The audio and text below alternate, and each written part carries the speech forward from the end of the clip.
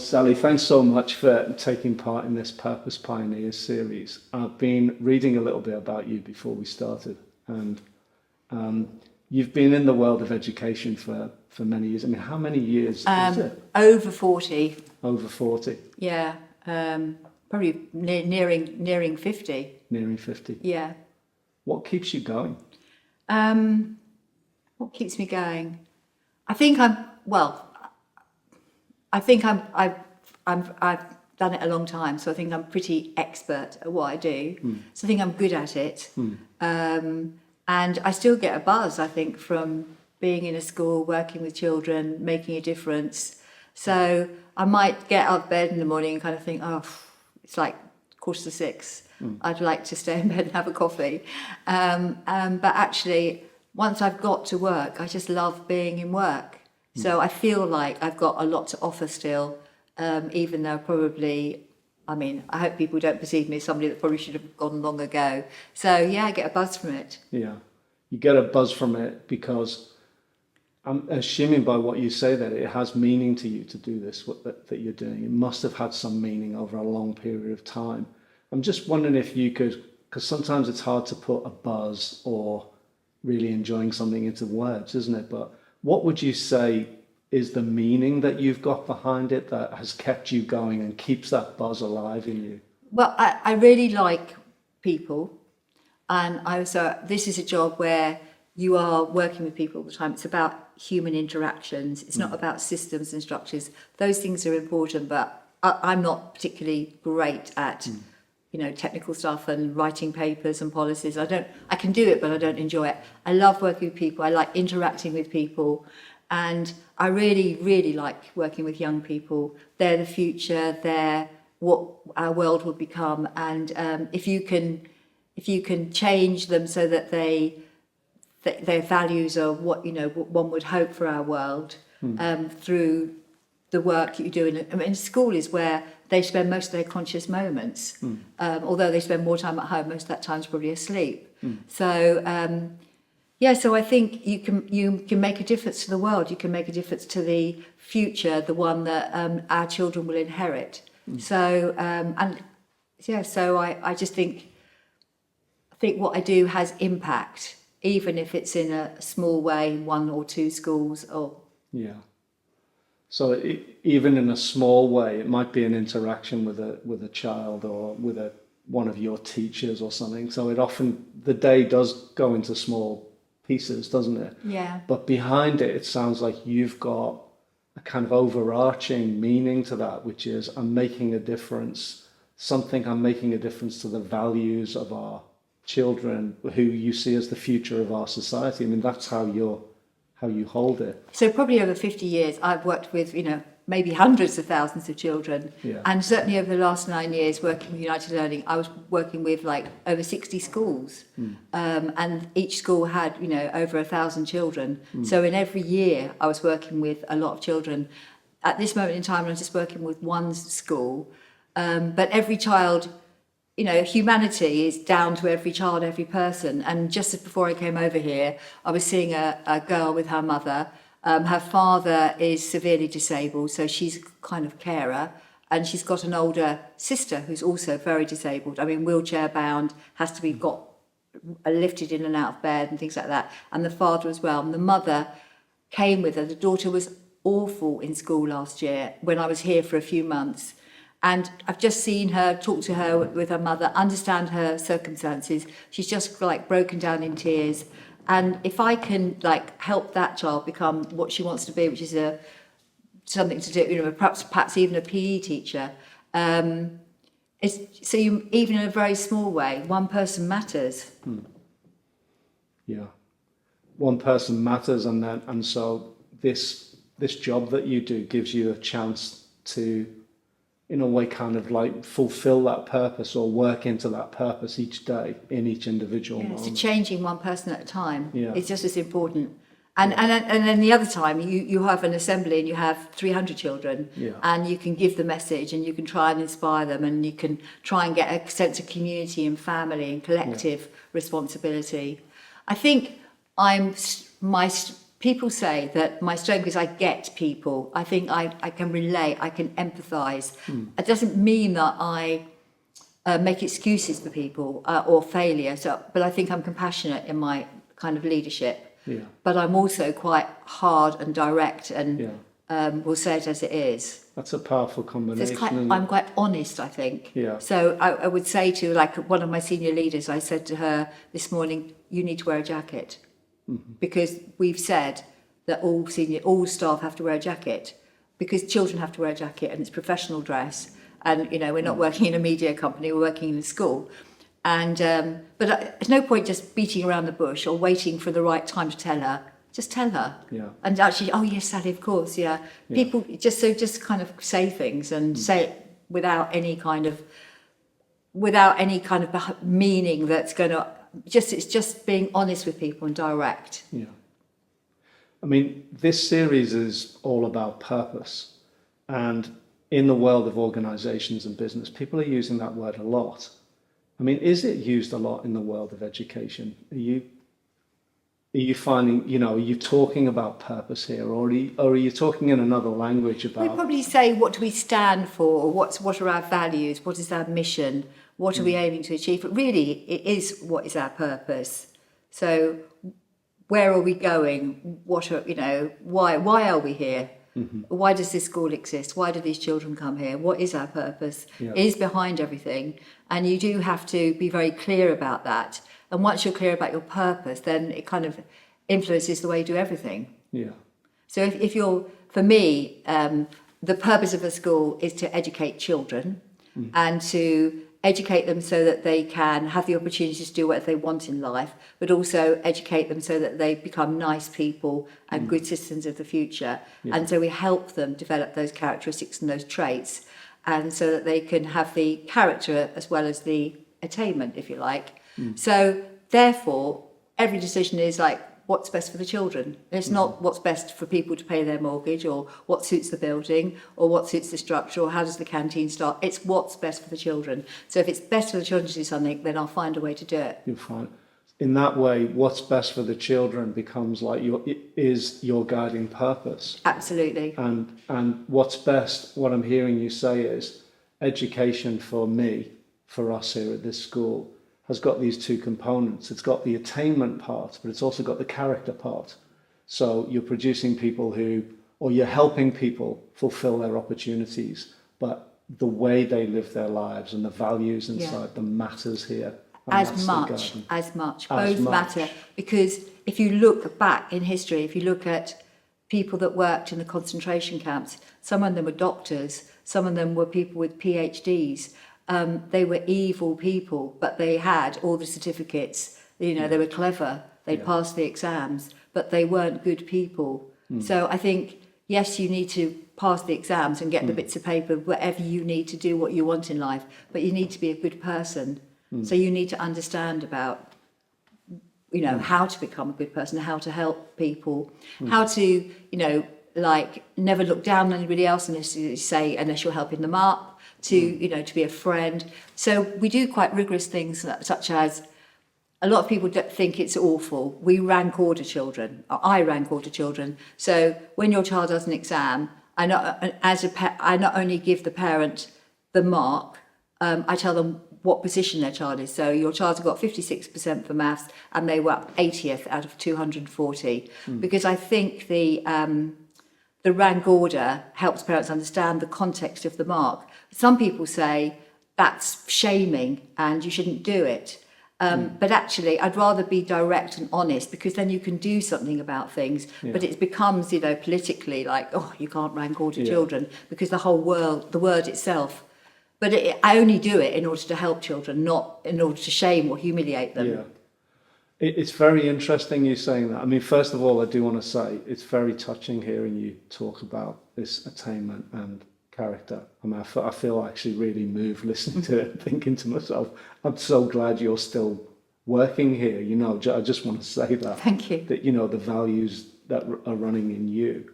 But if I may sort of move into what you were just saying, I think what you're talking about is there's an action there. There's a behavior, which is a rank ordering, and you choose to give parents and also the students that context. And I think what you're saying behind it is actually there's a behavior, but there's a purpose behind that. And the purpose is not to shame. Actually, the purpose is to help.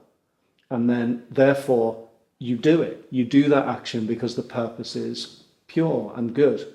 And I think that gets really misunderstood in society, doesn't it? Where we say, actually, well, let's judge that behavior rather than let's talk about what's the purpose that's actually guiding that behavior. Why are you doing it? So yes, the rank order is because I believe in being rigorous and honest and clear.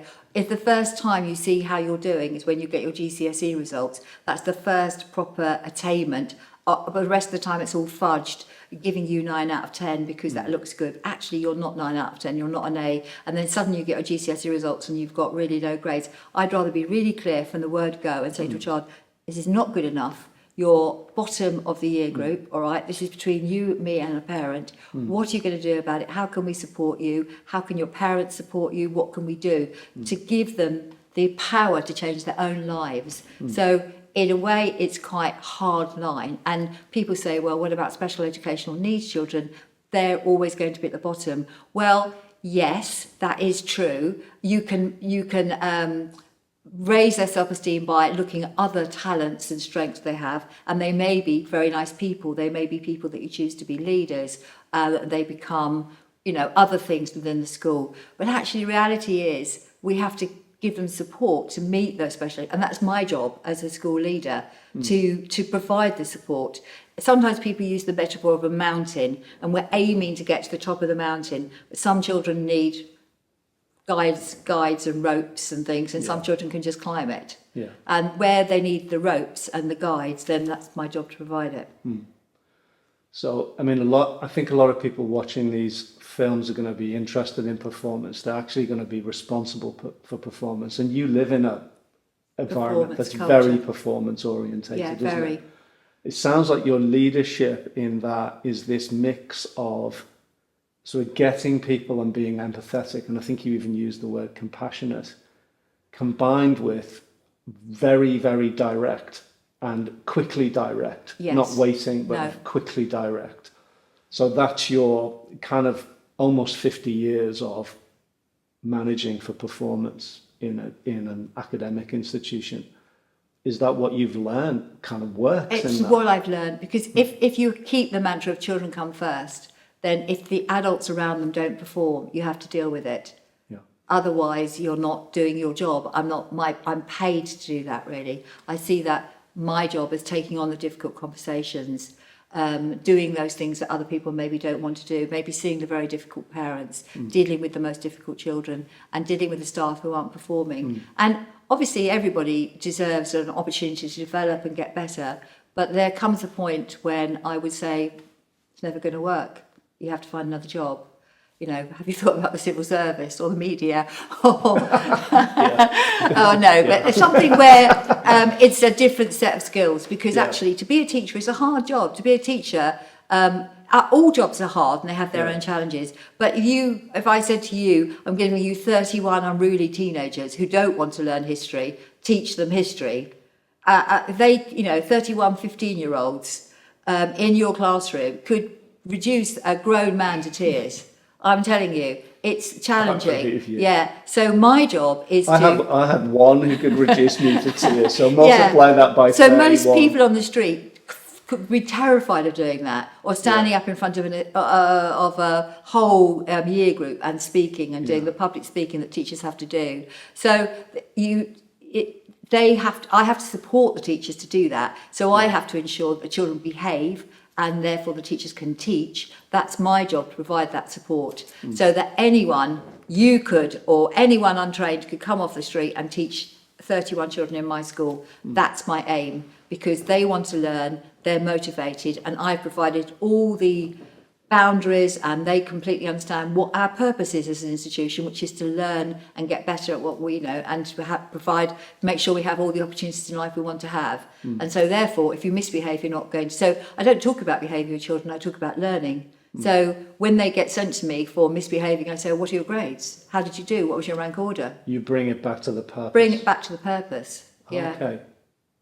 Okay, that's interesting. And the thing that really stood out from what you were saying is you were saying my job is to do the most difficult things, to have the most difficult conversations. I found that very interesting, the way you said that. Right. I just think I'm the highest paid person in the institution. I'm in charge. I'm the leader. So I think I have to pick up the most difficult things. And you have to model that. I mean, why would you ask anyone to do something that you don't want to do? Obviously, there's things I can't do. I can't fix the computers, or but I can pick up litter, or I can see. And my strength is dealing with people, so I can deal with people. And you can, and it sounds like you've got a strength, even a talent in the space of difficult conversations, and you're willing to do that. And I want to say, I don't want to put words in your mouth. You tell me, but it sounds like you're willing to do it because your purpose matters so much to you. Exactly. So you're going to overcome. It's not that hard for me to do because I know that the purpose of why I'm doing it matters more. So I suppose when you first, obviously sacking people is the wrong word. You don't actually sack people more often than not. You discuss with them their capability, or you discuss with them a disciplinary matter. But once you discuss capability with a member of staff, once it becomes formal, you have to put it on their reference when they leave. So the moment you have informal capability conversations with somebody, you're kind of basically moving them on from the school. But I have learned over the years not to go around the houses. So somebody walks into so I call you to see me. And I say, oh, hi, Darren, do sit down. Darren, I'm very concerned about your performance in the classroom at the moment. I've got great concerns about, or Darren, I've got great concerns about your punctuality to school. You're not arriving on time, or whatever it is. I wouldn't do niceties. I'd get straight to it. Then this is taking me back 40 years. Then you would be shocked because you don't know why I've asked I've asked to see you. So you're kind of a bit in a state of shock. So you'll start giving me reasons and excuses. So I say, Darren, look, let's not talk it through now. All right, I'm sorry I've had to say that. I know it's a bit of a shock. I want you to go away and think about what I've said, and let's kind of pick this interview up again in 2 days' time. Perhaps you want to talk to your partner, perhaps you want to talk to a few friends about what I've said, or mull it over in your own mind. And let's put an appointment in the diary now, and you come back on Tuesday and we'll talk it through again. Darren will go away. He'll be surrounded by people crying. He'll cry. Sorry, you probably won't cry, but some people would. And people will be all very sympathetic. He'll go home, talk to his wife or partner or whatever about it. But actually, when he comes back, he will have reflected on it. And nearly always he'll say, well, do you think I should leave? And I'll say, well, if I think we've tried all the support mechanisms and so yes, you could come in on time, so we can sort the punctuality. But if it's capability in the classroom, I'd say, yes, I do think you should leave. I'm not going to say, no, why don't we try again? I'm going to say, yes, I think you should leave. Do you know, it's interesting because talking to leaders in organisational life and about performance management, it's very often their regret is that they don't act quickly enough on hunches or data or things. You very rarely hear people say, I acted too hastily about that. It's more the other side of it. Don't water the stones is my saying. There is a point where they have to cut off, and I cannot have a teacher with a class. This is their one chance of education, particularly disadvantaged children, and all the schools I've worked in have been full of disadvantaged children. This is a bit different. There are more affluent children in this school, but there are also children from the Grenville estate. We had a whole family wiped out in the Grenville fire from this school. We've got a bench just outside reception to commemorate that. So they don't get a second chance. They haven't got mummies and daddies that are going to pay for tuition or get them through a fee-paying college. I've got to give them a decent science teacher or a decent maths teacher. It's like, this is the moment. This is the moment. It sounds like when you're thinking about performance, a big part of that is standards and your role around standards. Am I right? It is. I think that is right, yes. I have to exemplify what the standard is, where the bar is, and then get everybody to it. And I mean, lots of people, people are normally nice people, and they have the best intentions. Their purpose is right, but sometimes you just can't do the job. They just, It just doesn't suit them. They may be brilliant in another job, and many people have had to move on, and I have had to move on quite a few in my career, particularly when I've taken on a school in difficulty. They've gone on to be very successful, and I hope I always, when people leave, I hope I always shake their hand and it's a pleasant goodbye, you know. But I mean, it sounds like it's not a judgment in that it's way. not a judgment on them. It's just a judgment on this is this school, this is this moment in time, and this is not for you. Yes. But obviously, you know, like 90% of my job is not doing things like that. It's supporting people to get better and seeing them flourish and do better. But I do have a bar and or a red line, and that's kind of where I am in terms of your right standards. Got it. Can we talk about this? Often people talk about this struggle. Let me set up what the struggle is, and then please do speak into it. Is that people have a purpose. So, for example, like in your school here, it's about both attainment and character. So that's what's guiding this school. But if I understand the world of education correctly, there's a lot of emphasis on targets and metrics. And do you find that there's a struggle between those two, or a tension point? And, you know, if so, what is that tension point and how do you approach it? Yeah, you could very easily just go down the exam route and just get children to get really good passes and do very well in the league tables. And that would be fine as a school. And some schools do that. You know, some schools people refer to them as exam factories, or I don't think they're particularly nice places to go.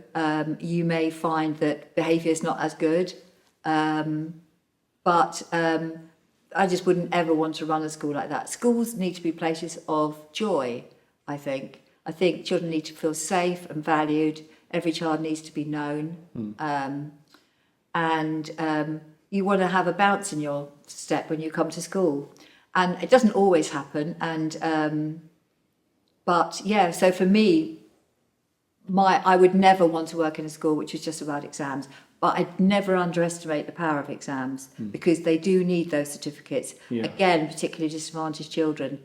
But if you think about it, you can get so far in a career with just pieces of paper, but there does come a point when your character matters, how you present yourself at interview, how you speak to people, how you shake hands even. It comes down to little gestures.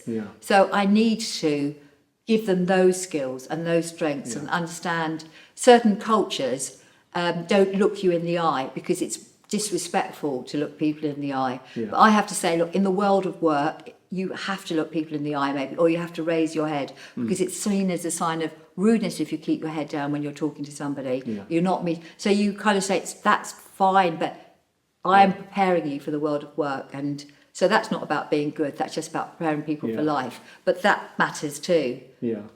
I'm imagining you couldn't have kept going for 50 years if it was all about the outcome. No. It was all about exam results. That wouldn't have fueled you. Like you say, there's something, I could feel the energy in you.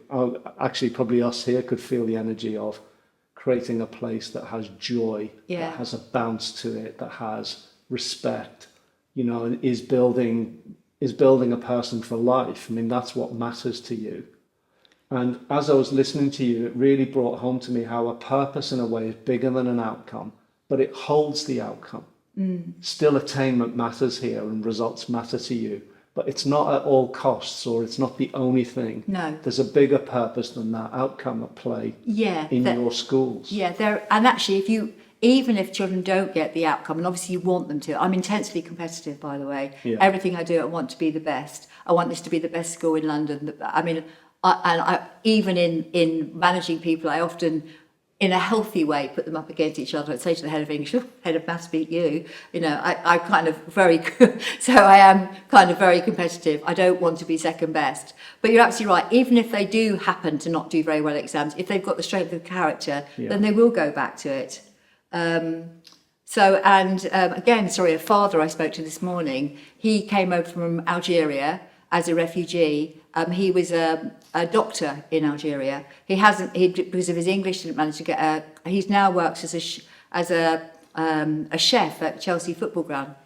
And he had to start again from complete nothing. And he said what got him through was strength of character, resilience. He had to kind of forget the fact, you know, because of his English, he wasn't going to be a doctor, it wasn't going to work or whatever, and build himself back up. And now he's a chef at Chelsea, and that's fine. But he was talking this morning about how resilience and strength and like that's what made him able to restart his career as a refugee. Yeah. I do wish that there were more organisations that held attainment, which in the world of organisation is results, right? That's what they talk about, outcomes.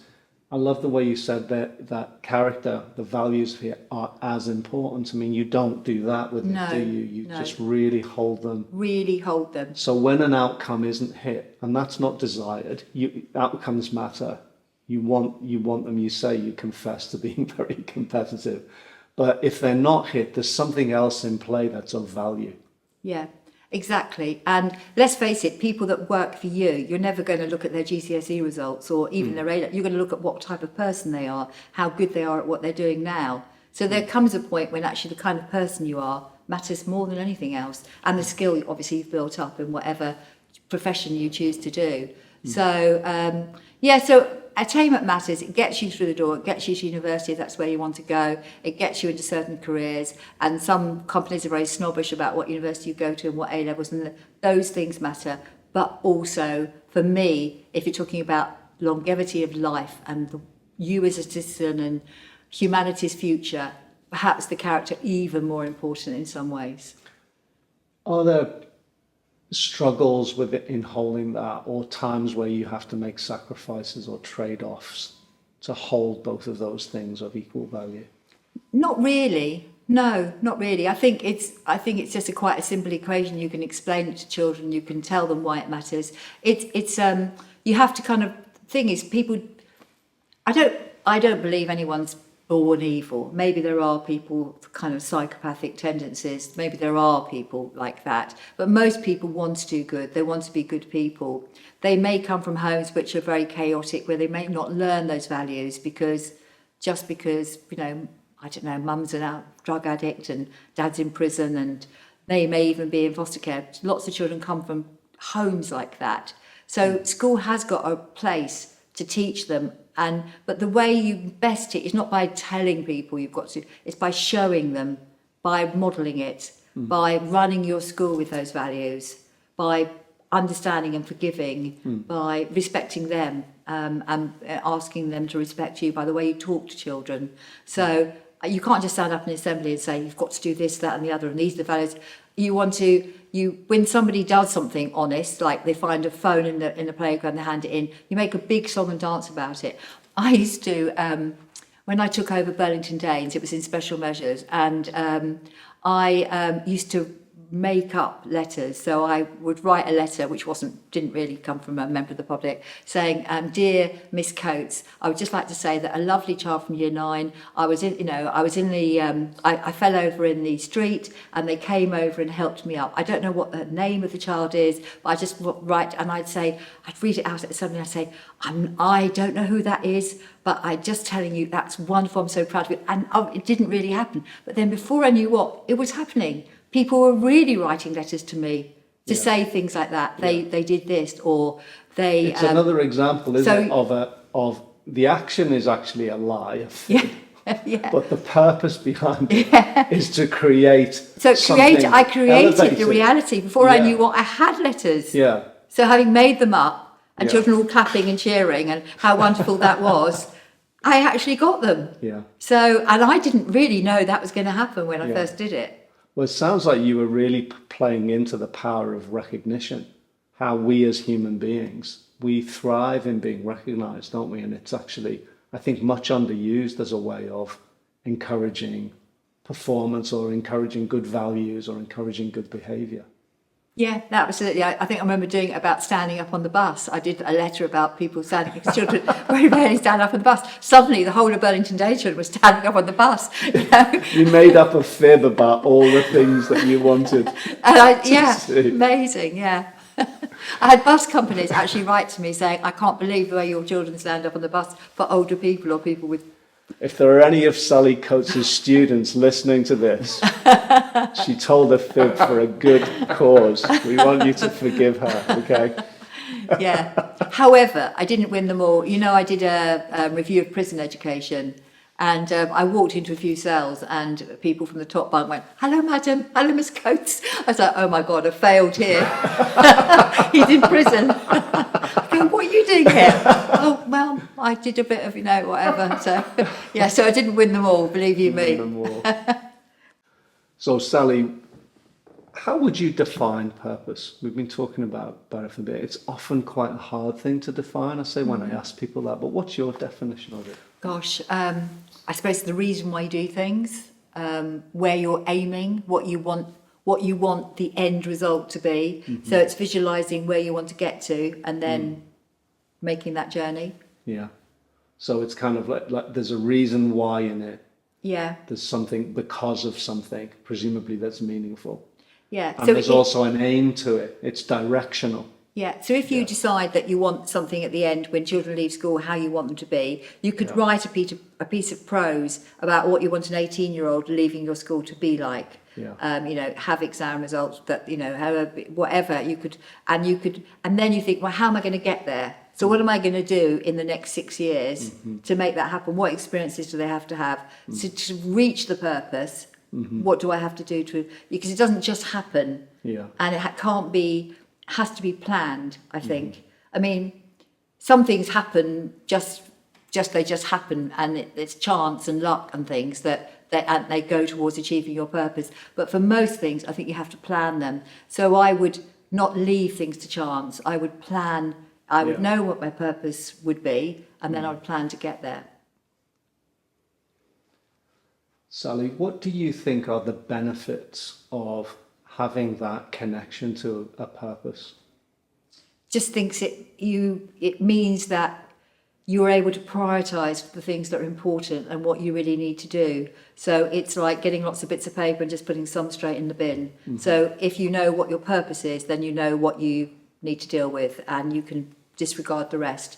So if you're focused and you're purposeful, you're just more effective, I think. You just have more impact because you're not doing all the other bits that aren't actually achieving your purpose. So purposes can be quite broad, but you just have to, in a way, disregard the other stuff and keep yourself focused on your main aim. So for you, part of the benefit of being purposeful is that it gives, even though the purpose can be broad, is it gives direction and focus and makes you more effective. Definitely, yeah. And what about, you've spoken quite a lot in this interview about resilience and energy and things. Do you think it also adds to that? Yeah, I think energy that you have as a human being. I think I think it does, because it just enables you sometimes to carry on when things get hard. And let's face it, however good you are at something, there are challenges. It doesn't always go to plan. There are times when you think it's just not working. I can't do this. But if you maintain the purpose and keep that, it enables you to kind of get over those little humps in the road, I think. Yeah. Sally, how much of a part does being creative or innovating play in the way you approach running your school? I don't think I'm creative in the conventional sense, but I do think I'm a risk taker. I'm quite innovative. I'm prepared to look at a problem in a different way, and I will take risks. I've calculated risks, so and I will look at more creative solutions. I won't be. If I want to do something, I'll find a way to do it. So one example is that special measures school that you took over, which you transformed into an outstanding school, didn't you? Mm-hmm. And you were saying one of the ways you did that was by, you can think of it as an innovation at assembly. You were inventing these letters of recognition, which were sort of creating a hope or an expectation of certain behaviours, which then happen. I mean, that's an innovation, isn't it? Yeah, I also, I've done it here now as well. I line the whole school up in the morning. There was a moment. Burlington Danes was a school in special measures. It was in complete chaos. You know, it was kind of children rioting, breaking windows, really poor behaviour, lots of supply teachers. But after I'd been there a term, I decided that I was going to line the whole school up in silence every morning. So in order to do it, I practiced with every year group, without other year groups around, letting them walk around the playground, blowing the whistle, getting them in, and practice. And then there was a moment after about a term when I blew the whistle and the whole school went into silence and lined up. And it was just such a moment. I just thought, from this school, from the chaos it was, and I just stood on the playground and you couldn't hear a pin drop. And there were like 1,200 children in complete silence, in lines. Wow. And it was just like, just don't give up. You find ways to do things. And in order to do that, I'd had to do an awful lot of practice. And the reason I was doing that was because I wanted the morning routine to be, you're in school now, this is the structure of the school day. You line up, you're away from the street, you're in the school, we line up, we start the school day structured in a positive way with a, kind of motivational talk in the lineup or whatever. But it differentiated the chaos from sometimes the gangs and things they were in to the structure of the day and discipline. But actually, I thought, I'm never going to do this, it's not going to work. When I blew that whistle and the whole school were there, I thought, it's not going to work, and it worked. You kept at it. And it sounds, as you're describing, the reason behind it was that you wanted to differentiate between the lack of structure of your normal life or coming to school and the moment school starts. And I mean, silence has a powerful effect, doesn't it? It's a very, very powerful force. And to my way of seeing it, we get less and less of it around. Whenever I go now, there's noise. Like, it's very, very hard to get silence.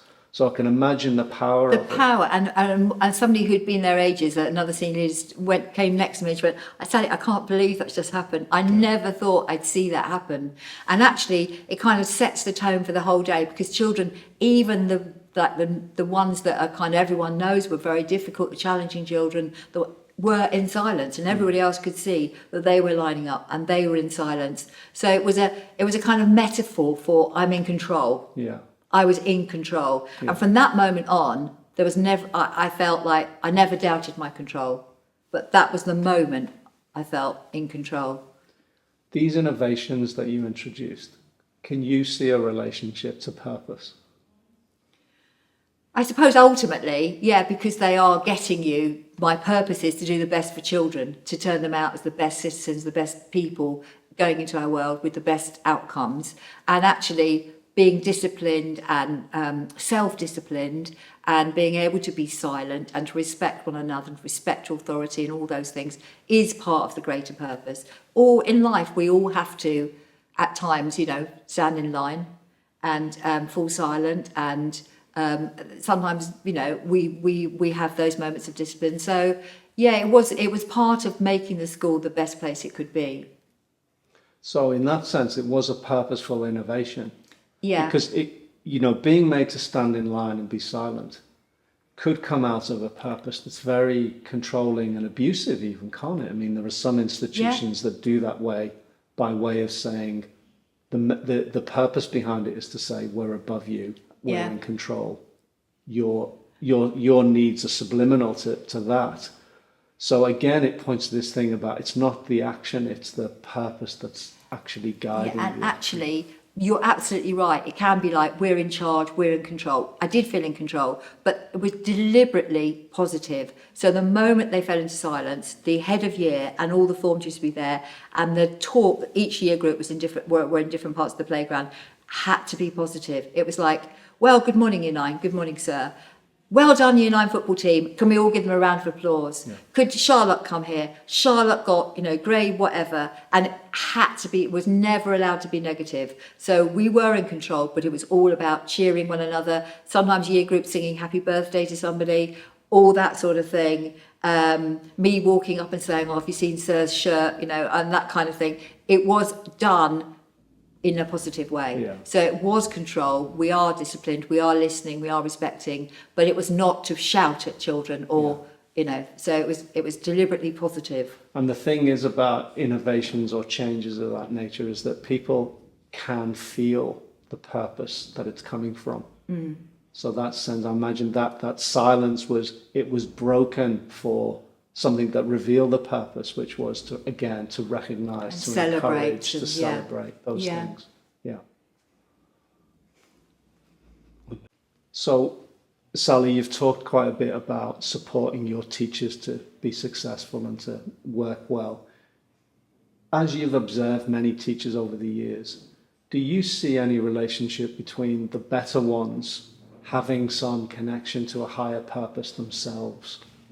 Yeah, so actually in my staff meeting last week, I talked about the dual purpose of school. I talked about growing children to be the best they can be and to get the best outcomes. So I made it really clear to the staff that those were the two things. And I also spoke about encouraging relationships with children. So being with them outside the classroom, playing table tennis with them at lunch, sitting with them in the canteen. In fact, I said to staff, if you sit in the canteen and eat, I'll give you a free lunch, because I want staff in the canteen eating with children. So I think there are some wonderful teachers who are just great and passionate at their subject and actually don't have to do any of that stuff, and kids just love listening to them. And they are the kind of individual charismatic teachers that perhaps sometimes people always remember. But for most teachers, good teachers do stuff with children outside the classroom and do show children they care, they go the extra mile. They do model that kind of, it's not just about coming in here to learn history, it's about learning how to work with one another, create a sense of team. It's about forming relationships. It's me showing you that I value you and care about you. It's me understanding that you're having a bad day because mum and dad have had a big fight this morning and you've come in. It's me understand. I remember once actually I was walking through a school and with a head, one of the schools I was running. This is about 5 years ago. And as I was walking around the school, he was showing me around the school. A very dishevelled boy came into school. He was quite tall, big, obviously year 11. His trousers were all, the hems weren't turned up. His shirt collar was obviously dirty. He didn't have a tie on. He was, no bag and everything. And he came in, he was late for school. And the head said to him, "You're late. Go to the late room," whatever, like that, to him, in front of me. So off he went, and then I said to the head, "There's something wrong with that boy. You need to investigate. He doesn't look well cared for. He looks neglected. He's late. You need to go and not send him to the late room. You need to go and talk to him and find out what's going on. Okay, maybe he's a difficult child, but that boy does not look right." Head then came back to me and said he'd been sleeping rough. He'd been turfed out of his home, and he'd been going bed hopping. So that's where you can't just follow rules. You have to look at children and see them as people, and you have to be compassionate. So he was late. He didn't wear uniform properly, but actually the child had nowhere to live. Yeah. So it's easy he thought he was doing the right thing in front of me. He thought he was being really strict. Holding the standard. But actually for me, that was completely the wrong thing to do. Because what was activated in you was another purpose towards that boy, which was... Well, how is he ever going to work or achieve if his home circumstances are such, you've got to look after him as a person and a human being before you could even begin to teach him history. Sounds to me that what came out there was your purpose to care. Yeah. And actually be compassionate and empathetic and really inquire as to what's going on with that child. Sure, he's missing the performance. He's late. He's not wearing the right uniform. But you're wanting to get curious as to what's behind that, not just... Some children don't have mums washing or dads, doing the washing and having clean shirts. They go through the dirty clothes basket to find a shirt in the morning. Yeah. They can't find socks because, teenagers can be quite chaotic. They need someone to give them structure quite often. Yeah. And sometimes the home doesn't. So school has to be compassionate, has to understand. But that's not to make excuses, because you have to understand and be compassionate, but you still have to... I'm not doing that boy any good if I don't hold him to still getting the same outcomes. Because if he doesn't get those outcomes, he's not going to turn that cycle around. He's just going to create the same thing with his own family. So I have to help him, be compassionate, support him, but then get him to get the results. I need to get him into the history class, but I can't you know, you've just got to take small steps sometimes with people. So, and you've had this near 50-year career.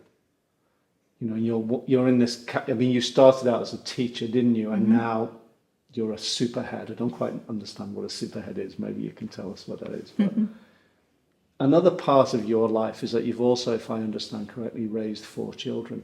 And 3 stepchildren. And 3 stepchildren. Okay, so more like a superhero than a superhead.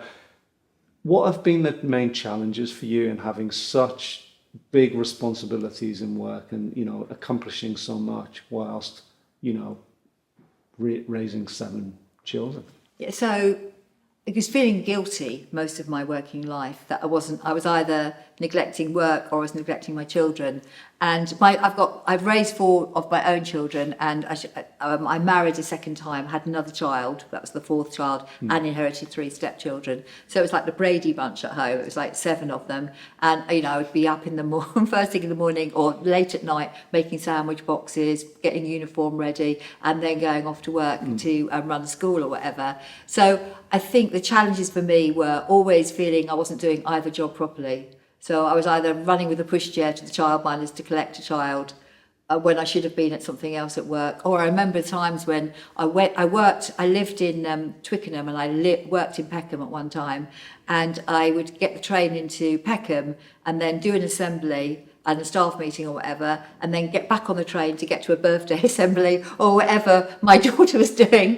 And she would never know. I'd kind of arrive puffing at the back of the birthday assembly, and then get back on the train to Peckham to get back to finish. And so I was always running and always feeling like I was never doing anything properly. However, I do think all of the children have turned out well. They're all successful. They're in what they want to do. And they're all happy, and they're all, you know, mentally healthy, physically healthy, and they all still love me. And my daughter I had a birthday recently, and my daughter gave her, my daughter is the one that's been the most difficult because she's more like me. And she always made me feel more guilty than anybody else. But she gave this wonderful speech and said, you know, about me. And so I kind of thought, well, it's all worked out in the end. Okay. Yeah, because you find yourself as a parent, you still do the bedtime stories in the bath, and you do all the things that you're supposed to do. And you're just absolutely exhausted. You're falling asleep on the bed. What would you say to women watching this? You can have it all, is what I would say. You have to prioritise. And actually, being a parent and a working mum or dad enables you to really learn to prioritise. So I did take shortcuts. I didn't iron I just ironed the school shirts at the front. And, and top tip. Yeah. And, you know, I did kind of sometimes buy ready-made food and stuff like that. We used to have a game, because when the 7 children were sitting around the dining table, and obviously there's a lot of mess, there's a lot of washing up. I didn't have a dishwasher in the early days. We used to play spin the bottle. We used to spin the bottle, which had a label on, like a Branston pickle or something. And then I'd say a job. So clearing the table, spin the bottle. Whoever it landed at, cleared the table. Washing up, spin the bottle. And it became fun. So they'd all go off to sweeping the floor, washing up, drying up, cleaning the table. Every child would have a job from the split. We took about 20 minutes to do the spin. So kind of, you know, you find getting children to help. One of your superpowers, it seems to be, is influencing people to do things they might not want to do. Yes. Through games and fun. Yeah, that's true, actually. Yeah. But then Sunday afternoons would be like schoolwork. So I'd be very clear about Sundays. Saturdays would be cleaning. I'd be doing lots of cleaning. And Sundays I'd have to do schoolwork, and they would do schoolwork. So I'd be like a classroom. They'd be sitting at different tables and chairs and with their books out. And yeah. So prioritisation, cuts where you can. Yeah. Making chores interesting. Yeah. Branston pickle. Yeah. And what about, you mentioned living with guilt. Yeah. Have you got anything to say to help with that? I think only they can take from me that it all works out in the end. If you show your children you love them, you're not going to be there for everything. I wasn't a school gate mum, and I did feel guilty about that. I didn't even know some of the school gate mums, so everybody else had these little coffee mornings. I was never part of that. But actually, because they all like love me now, and they've all done well in their lives, and they're all happy. So I think the tip is that if you love them and show that you care and be there for the important things, it's fine. It works out. Kids know that being cared about is the most important thing, really, isn't it? I think it is. Thank you, Sally. Anyway.